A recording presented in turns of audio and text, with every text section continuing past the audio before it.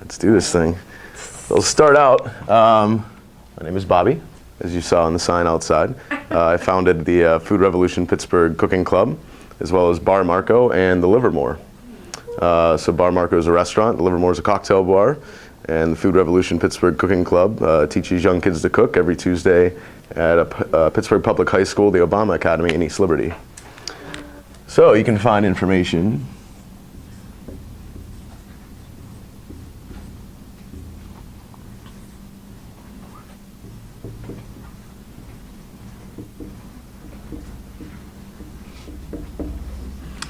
There we go. So the Food Revolution Pittsburgh Cooking Club and Bar Marco PGH on Twitter. That's where you'll find all of our pictures, updates.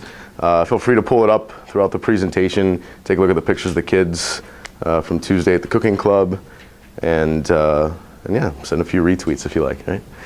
So I wore my Oakmont hat today for a very specific reason. When I was in 8th grade, I started playing golf. Before that, I played baseball, and I wasn't very good at basketball, but they let me play sometimes. And golf had something really unique. It's something that taught me, it gave me time alone to think. It was the first game I played that taught me how to think and strategize. So I want to put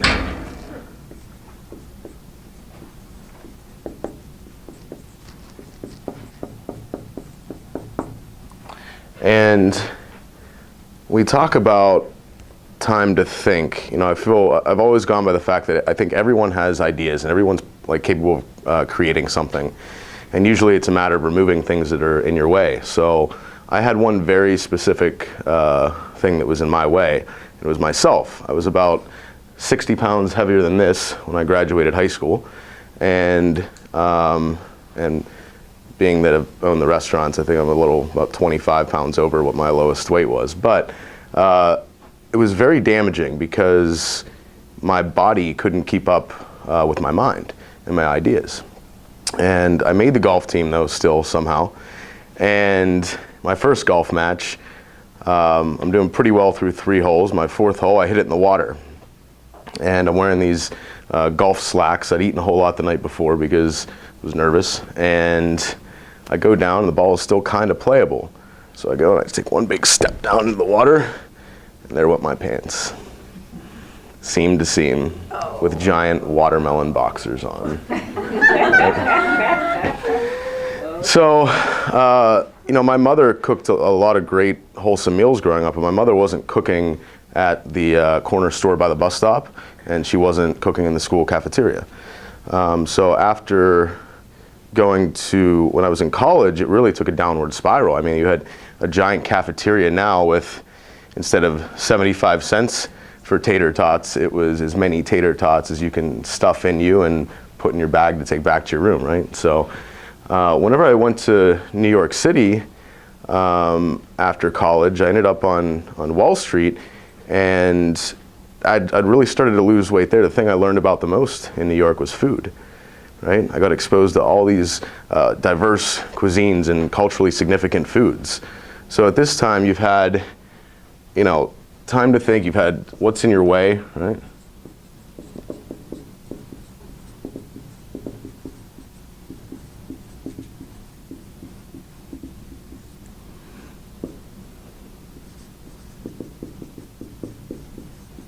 Spell vehicle right? I think so, right? Right, what's your vehicle going to be for your ideas to change the world? And it was pretty clear then, as Michael and I tried to start a wine store in East Williamsburg, that food was going to be my vehicle and how I wanted to impact the world and change the world. And changing the world could be this room, it could be your neighborhood, it could be your household, it could be your city, it could be the whole world, really, you know, if you have the capacity for it. But so you fast forward to the point we opened the restaurants, we said, okay, you know, how are we going to impact the community? Because 70% of restaurants fail. So you get into math, right?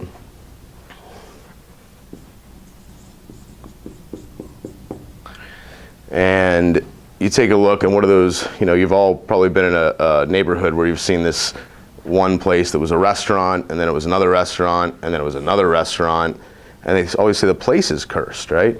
It's probably not true. right? Most of the restaurants that fail, what I see is that they don't do anything outside of their four walls, right?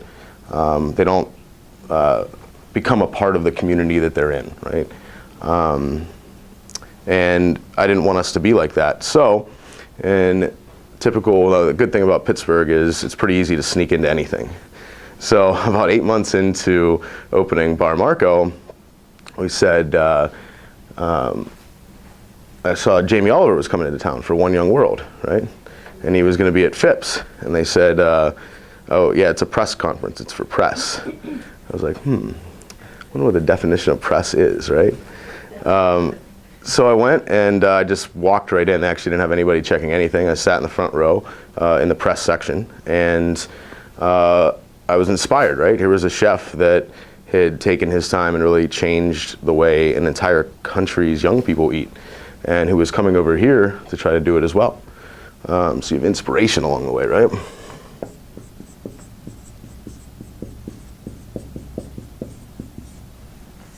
So you've had time to think. I call this planning, right? One of my favorite quotes that I've probably overused lately is from Abraham Lincoln, right? He said, if you give me 6 hours to chop down a tree, I'll spend 4 hours sharpening the axe, right? So then we got in, we said, okay, well, I asked the first question. I said, Jamie, you've got 6 great organizations here in Pittsburgh who you've asked to make a 1-year food revolution challenge, right? To try to make Pittsburgh healthier for that 1 year. And so you don't have any restaurants involved or any young startup restaurants. You know, what can we do? What can we do over the next year to help impact it? I was an overweight kid, and I'd really like to help, change that, right? And he says, well, you can teach kids how to cook. That's the #1 way. And it kind of hit me. It's like, yeah, that's what I did, right? I learned skills in New York. I learned how to cook. And so there's this young girl sitting beside us at the Obama Academy. Her name was Latiana, and she was with the Youth Media Advocacy Program. And she said, we can teach us how to cook if you want. I said, okay. I said, sure. I was like, here's my card, though. You better have your principal give me a call, because I'm not sure he's going to be okay if I just waltz in with knives and flames, right? And so, and she did, and she followed up, and we went in, and then all of a sudden you realize that you've got a vehicle for this thing. You've got a restaurant that's doing fairly well. You've got your planning time in, and you've got someone who's asked you to teach them something, right? Which I think is very important.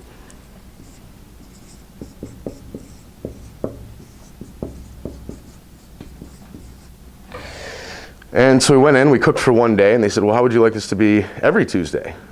Can you come back every Tuesday and do this as part of an official school program in Pittsburgh Public Schools?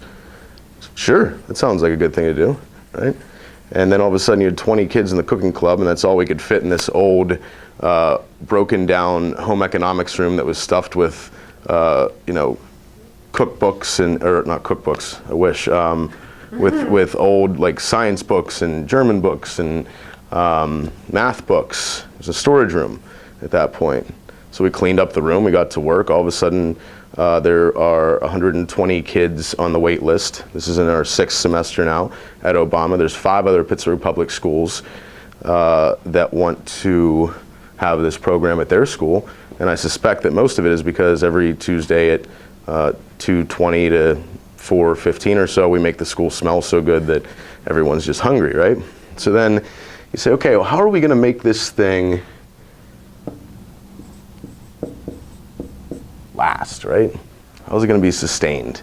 So I started learning about nonprofits and whatnot, and started learning about fundraising in the nonprofit field. It's a very interesting thing, right? So I went to Austin for a month and a half at the beginning of this year, and I started to see that there's a lot of corporate funding is a good way, right? There's foundations, right? There's your own revenue model. At that same time, the kids were asking us for something else, because now they can cook, right? We're not going in there and teaching them how to use a microwave. They have knife skills, and they have experiences. We brought, every week we bring a different chef from the community, different local celebrity chef. So we've involved all the rest of the restaurants in Pittsburgh who want to be involved. And one of the best stories, if you can pull up some pictures of Arthur on the Instagram, right? Or on Twitter. And he comes in, and our guy Leonard comes in from NOLA, right? And Leonard's all fired up to teach the kids, and he takes out all these ingredients. He sets them up all around. He goes, look, kids, here's what we got to do first. We got to take all these ingredients. We got to organize everything. We got to keep it clean, right? It's the most important thing.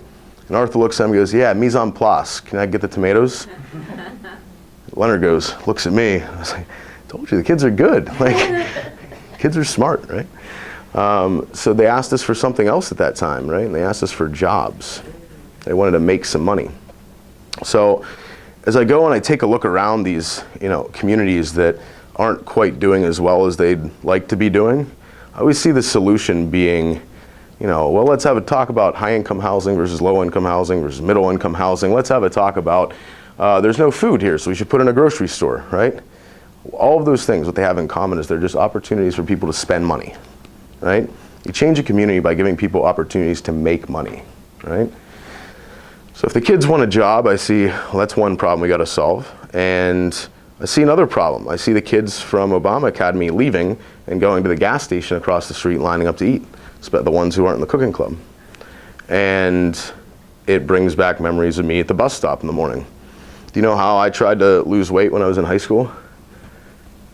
I drank, not alcohol. Iced tea, pop, because no one had told me yet in the early 90s that sugar was in there, right? And I could see liquid leaving my body, right? So I assumed that just keep drinking liquids, right? I'd drink gallons of iced tea and didn't understand, right? So when I see these kids across the street at Sunoco, a light bulb goes off, let's get a food truck, right? Let's get a food truck. So the plan that we're moving towards now is to have a state-of-the-art food truck that can serve these kids after school with the kids working the truck. Obviously, we need enough funding, so we have an executive chef that runs the truck. Because if you gave me a truck and keys in high school, it wouldn't be in that lot for very long, right? Yeah, we can let the kids kind of change their own environment and make money while doing it, right? So the kids will get paid on our plan, go back to math, right? Go back to $10 an hour. We're gonna be able to serve exquisite plates of food for 75 cents a kid or a community member while it's in East Liberty, and take it to PNC Park and serve $10 or $12 in what I call Robin Hooding it, right? And if we can do that, I told the kids, we're gonna take all the business from across the street, from the gas station. We might even start selling gas just to prove a point, right? So with that, there's all kinds of little things along the way to building up to that, right? And most of them are sticking to your general principles. I really try to teach the kids that a lot when they have questions about anything, right? Jalea will come in and she'll be talking about calculus and then her homework time and how she organizes these things out. And we usually bring it right back to a general principle, right? Some general principle, and then they have the answer themselves. Most of the time when they're asking for questions or asking for help, they already know the answers. They're just need somebody to talk to about it, right? They need that time to think. So every time that I start planning, I usually fill up a whiteboard with, I'm not usually talking to myself like this in the office, but as we move in, then you start to see the role that technology can play, you start to see the role that communications play, right? So like when we open the restaurant, we're trying to get the kids to build their own business the same way, right? We started out, we had creating content, right?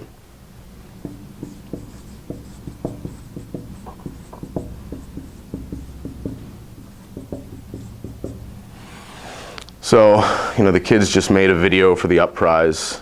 They've got, they help us run social media during the club. And we start to teach them to do all the things you can that are free first, right?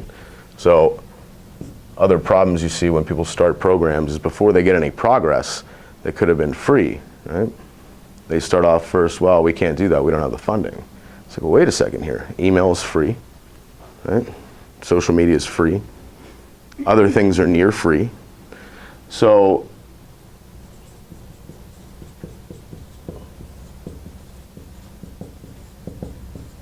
kind of like guerrilla warfare or something, right? You're going out and you're saying, okay, what can I use here and piece together?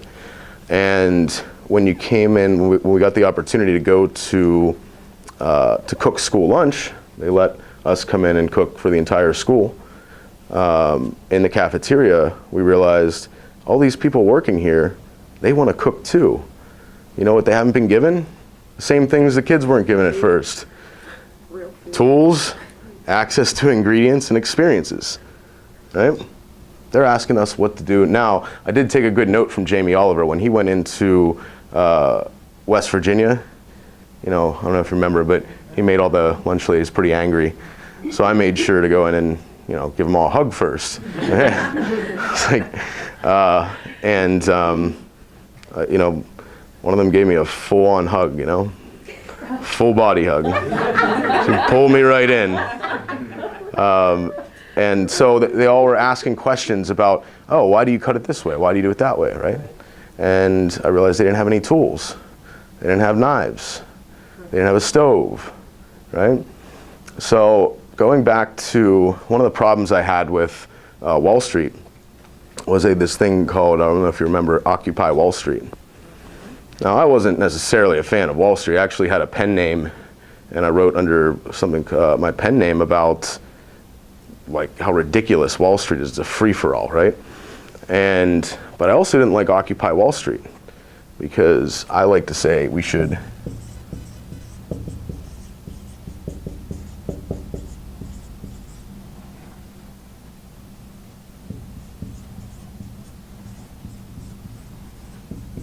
right?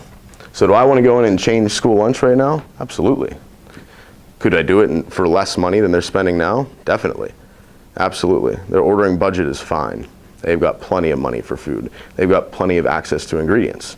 You need some tools, you need some experiences, you need to train everyone and get everyone fired up about it. But if I went in there and tried to do that, just make this stance against school lunch, right? Make this stand outside and picket. I don't know, like start a bonfire of tater tots and Twinkies. Well, that's not going to do anything, right? So sometimes to create change, maybe you should just overshadow it. Give the kids a food truck, right? It's a kitchen on wheels. It's right outside. So hopefully we'll be able to really embrace technology here. I think we're about halfway in commitments to our 300,000. If any of you have comments or $150,000, we are a nonprofit. It's a good tax deduction for you.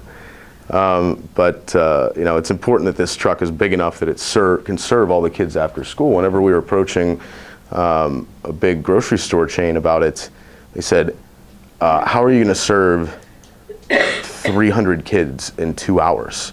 I said, do you know how many kids are in their cafeteria? That's in 15 minutes. So we're cutting down the number of kids that the cafeteria is even serving. So yeah, these kinds of things are possible, and it's something that I really hope that we can get this truck, especially by the end of this school year, because the kids that started the club are graduating this year. There'd be no better way for them to roll out than in a food truck. Questions? Comments? Concerns? Do you plan on growth plans to go beyond just here? Oh yeah, we'll go anywhere they want us to, as long as there's some money for it. Yeah. Right?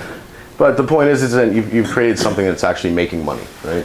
The first truck will turn a profit of $35,000 in the first year, which will then be used to expand to a cooking club in another school.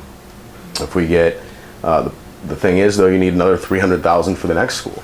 You can't go, we jerry-rigged the restaurant we started, there's no doubt about that. We had no business opening a restaurant, we had no money, and it's worked out pretty well. But you can't do that when you're building an organization that's meant to change a community. You can't go to war like that underfunded. You can start and you can make progress, but you can't spread yourself thin, and you must be funded. Because if not, the whole program's in jeopardy. So you need the right executive director, who we have, Elena. She's young, and she's sharp, and she just keeps getting better. So, and then we need the right chef, right? That costs money. And then if we expand to a second school, Elena needs a team. All right, so another $300,000 or so, and you can keep building the coffers at that point, right? And then, once you stay with the public school system, I think that's very important right now, right? I think there's, some other good education opportunities outside of public schools, but they're still public schools, and I went to public schools, and they start to get really overlooked right now. And remember, you're not overlooking a school, you're overlooking 900 students at that point, in a community. I have a question. This just made me reminisce about high school, and I had home ec, and I had to take a cooking class. Uh-huh. I mean, believe me, I wasn't like on the wait list to get into the cooking class, but do they not, I don't have children, so do they not offer those classes anymore in high school? Not often, no. Cooking, sewing, shop? That was the first thing to get cut. I remember that when I went to my school, first thing to get cut. Yeah, and it was, I remember my home ec class, we were opening, I don't remember who makes those biscuits in a can that goes pop when you open it up. Yeah, that's what we were making. Had a macaroni and cheese competition to make it from scratch. You think back to those things.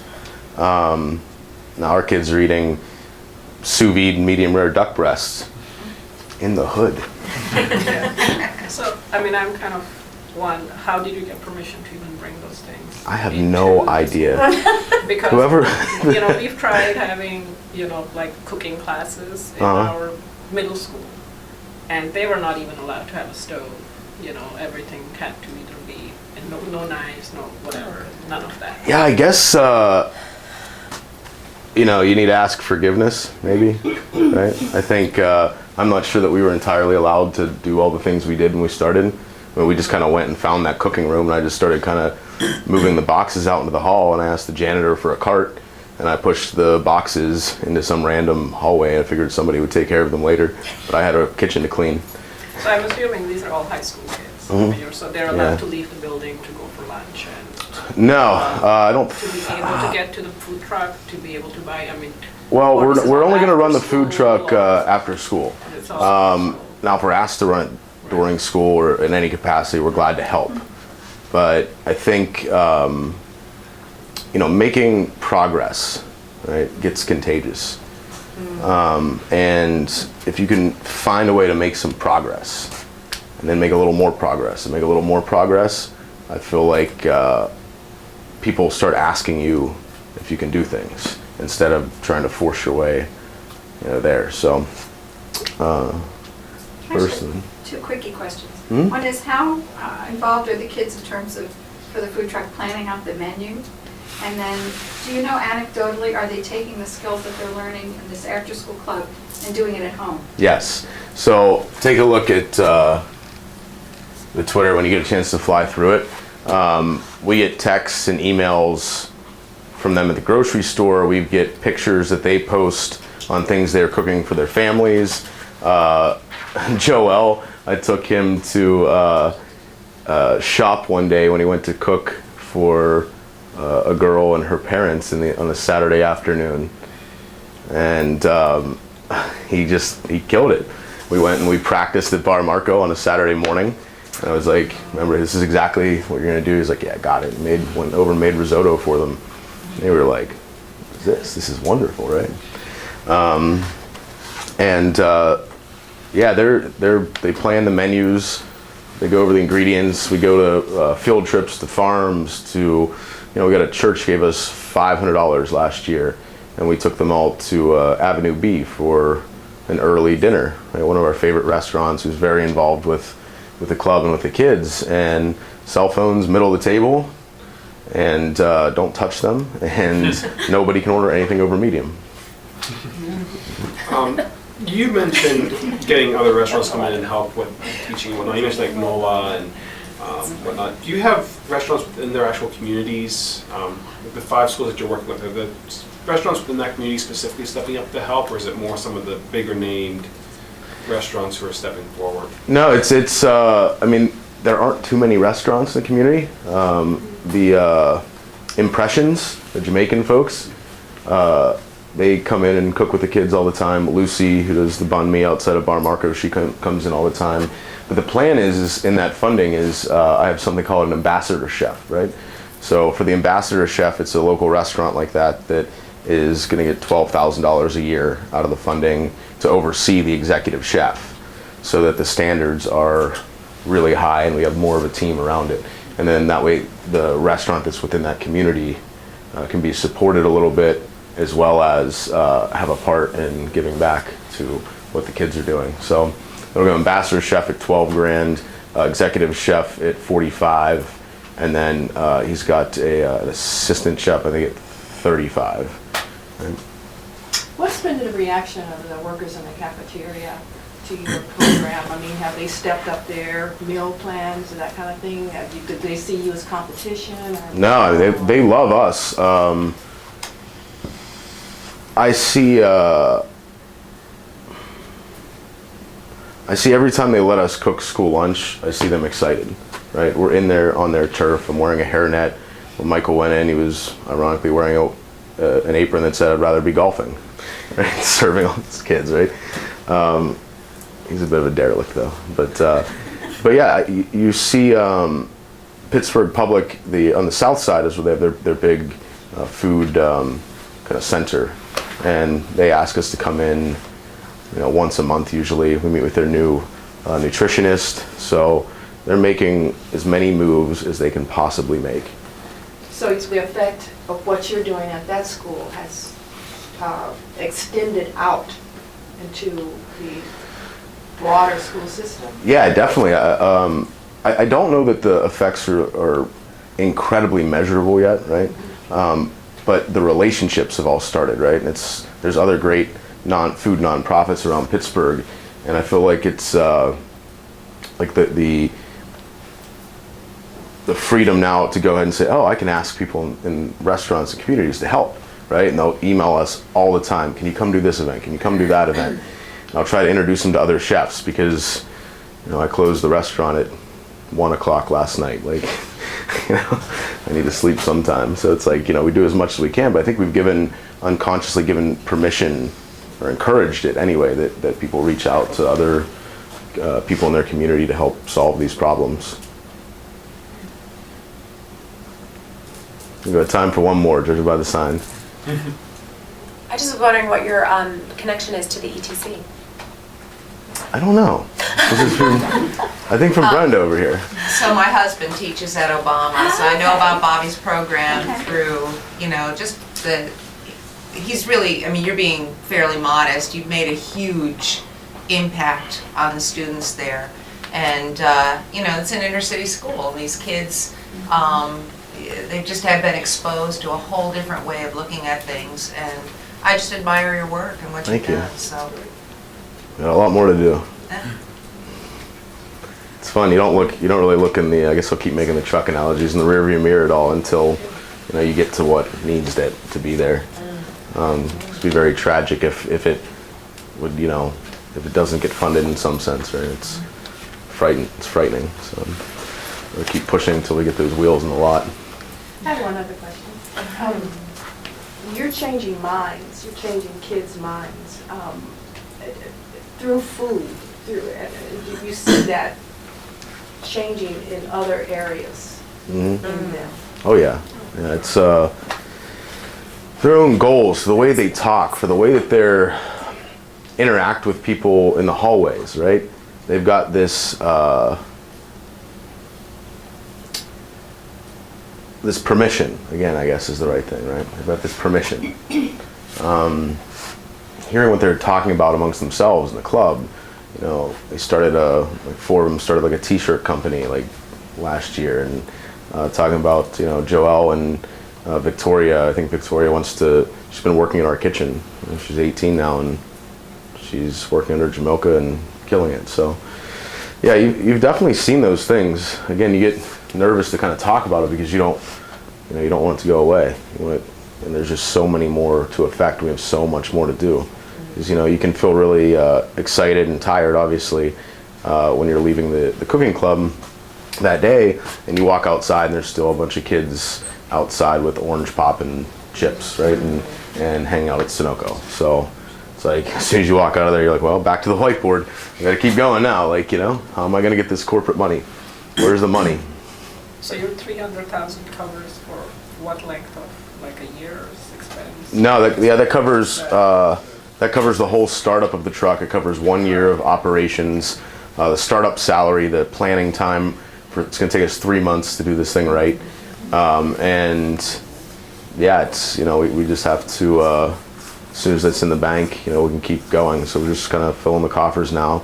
We don't accept gratuity at Bar Marco, and if someone happens to leave it, we put it in a jar behind there, and that's a little bit more than can go into the bank. As long as you keep building that bank account, it makes, you know. I can take more questions after out in the hall or out in the hall or something like that. I'll hang around as long as you like. How many people are involved in the club? How many members of the club are there? 20 at Obama Academy, yeah. Another 120 waiting to get in, 5 more Yeah, I was gonna schools. say, because other people, when they hear about it, probably want to join. Yeah, it's that or yearbook or volleyball. So being able to, I mean, I loved yearbook and volleyball. So being able to be flattered that there's, you know, a list that long. Cool guys. Well, thank you. Thank you.